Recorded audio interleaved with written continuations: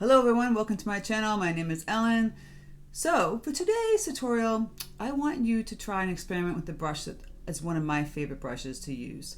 I show this technique on my watercolor workshops and retreats, and people really sometimes don't quite get it until I actually physically show them. And I truly try to physically show you in this tutorial as well.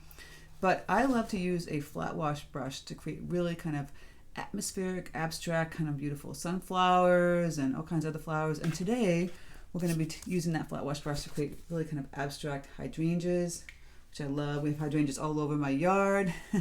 This is the time of year, and actually because of such a wet winter, we have tons of blooms this year, so it's amazing. So I love all the kind of ethereal techniques. You're painting with this brush, you're moving it around in such and such a way that it creates this look. And then I kind of go back in and I kind of mush it with some water so it has a real abstract look to it. If you're a Patreon member, you get the additional one, which is sunflowers. Everyone loves sunflowers. And I show you there's a simple way to twist the brush to get the sunflower petal. You really need to practice with your brushes. I can't stress this enough. I talk about this all the time in the workshops too, and the watercolor retreats. Playing with the brushes. You have all these brushes that you have, and sometimes you're just painting like regular petals with them. You got to try them using them in a different way. So maybe you only use this flat wash brush for simple washes for wide stripes or just skies, but try and use it for flowers. Use the chisel end, which is the skinny end here, for flowers and leaves and stems, and even the flat end. The way you manipulate a brush can change the way you look or even paint a flower. So if you have any questions, leave them in the comments section. I'm really just trying to break this down on how I would do this. I stress again, just to play with the brushes. And some people get frustrated, but you're not going to get everything out of the gate. It goes fast for me because I'm used to painting this way. But I also encourage you to paint fast too. Really just kind of go in there and twist that brush really fast. And then you'll see, you just don't think about it so much. And when you don't think about it so much, you create the most beautiful, magical florals. So, without further ado, let's get started. So for this tutorial, I'm using my Fabriano 100% cotton cold pressed paper. This is a block by Fabriano. It's bright white. That's why I like it. You like white paper. The natural colors are nice too, but sometimes I just like to have the whiter paper. I'll be using flat wash brushes. This is the brush. This is the brush when you come to my retreats or workshops. I talk about this all the time. Playing with flat wash brushes are so much fun, and it just creates a different type of look for a flower. And I have many techniques of really kind of using this brush, so that's what we're going to go over with today. I've got several videos on here using the flat wash brush, but really some people just are not quite understanding what I'm doing here when I'm twisting it. So I'm going to take my 3/4 inch. This is a 3/4 inch. This is a Velvet Touch series. There's some ultramarine blue paint here. I have this color called verditer blue, verditer. We always joke about this paint. This is a great color. It has kind of like I would say kind of a gouache kind of consistency paint feel to it.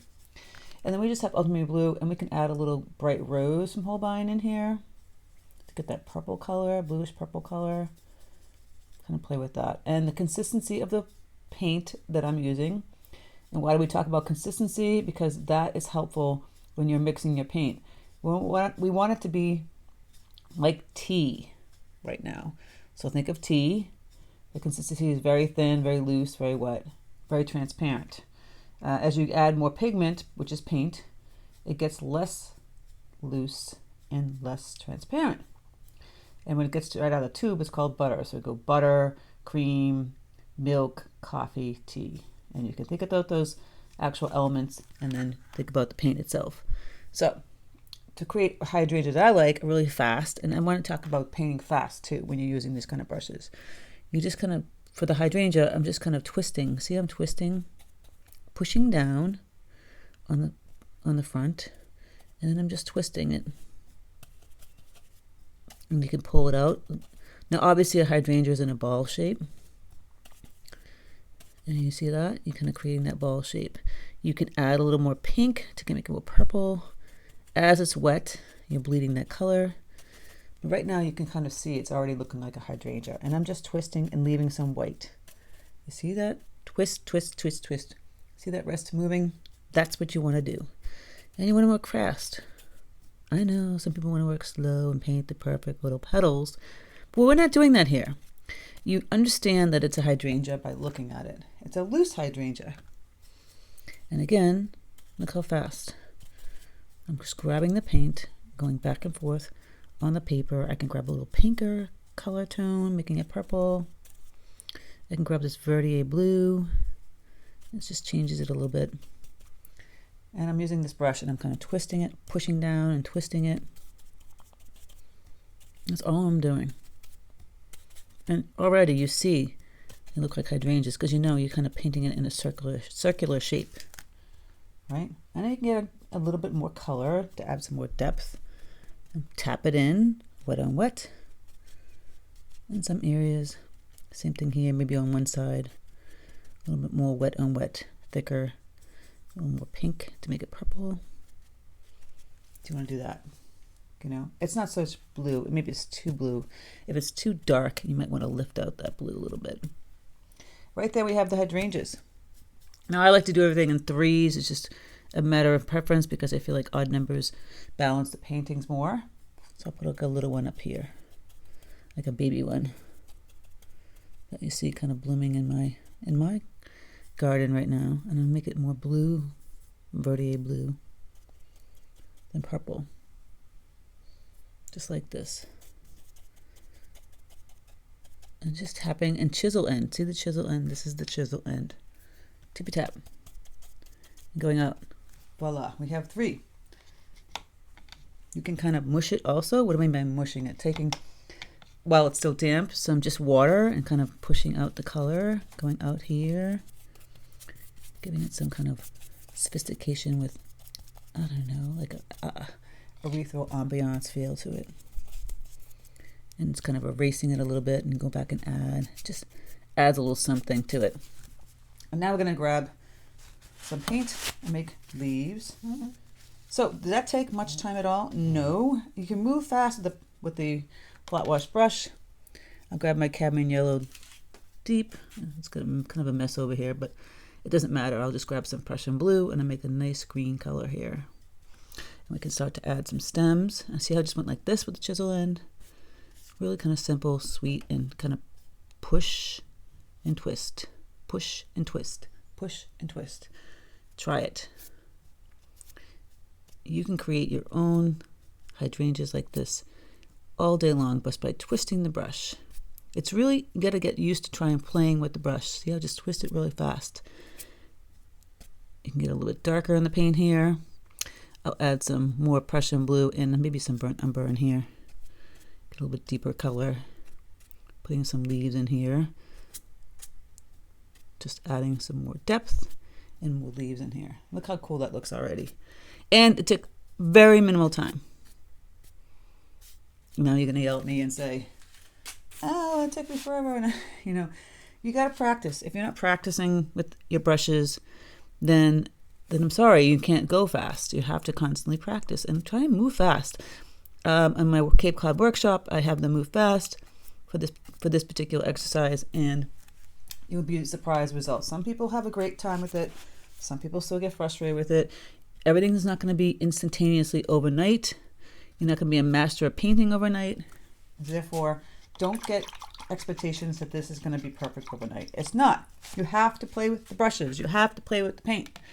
You have to do it all. So now, you know, I like this way it is right now, but you know, I might want to maybe mush it to get it like a little atmospheric kind of looking kind of paint.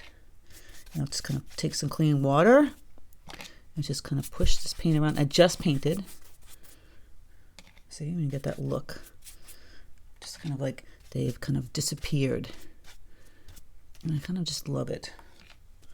You can add a little yellow up in here and over in here. Just offset it a little bit.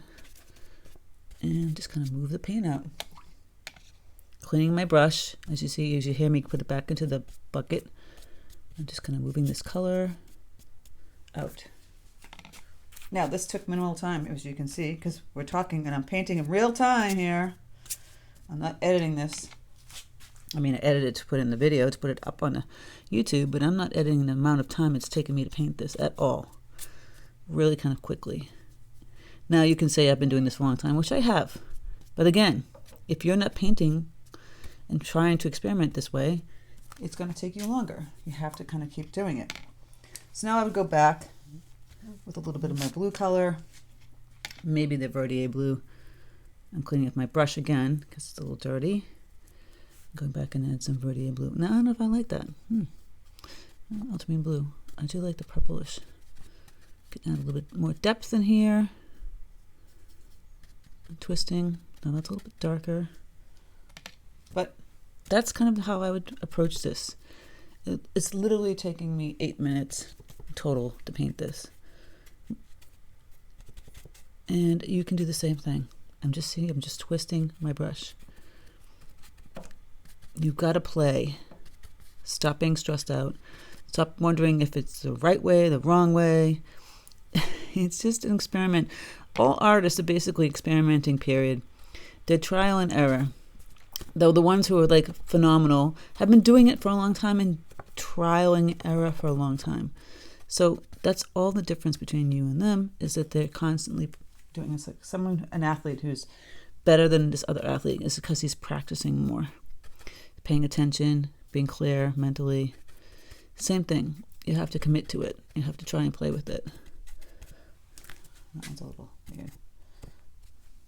But that's how I would go about it. No, I don't like this like little part right here. I just kind of like move this paint around. Clean it up a bit.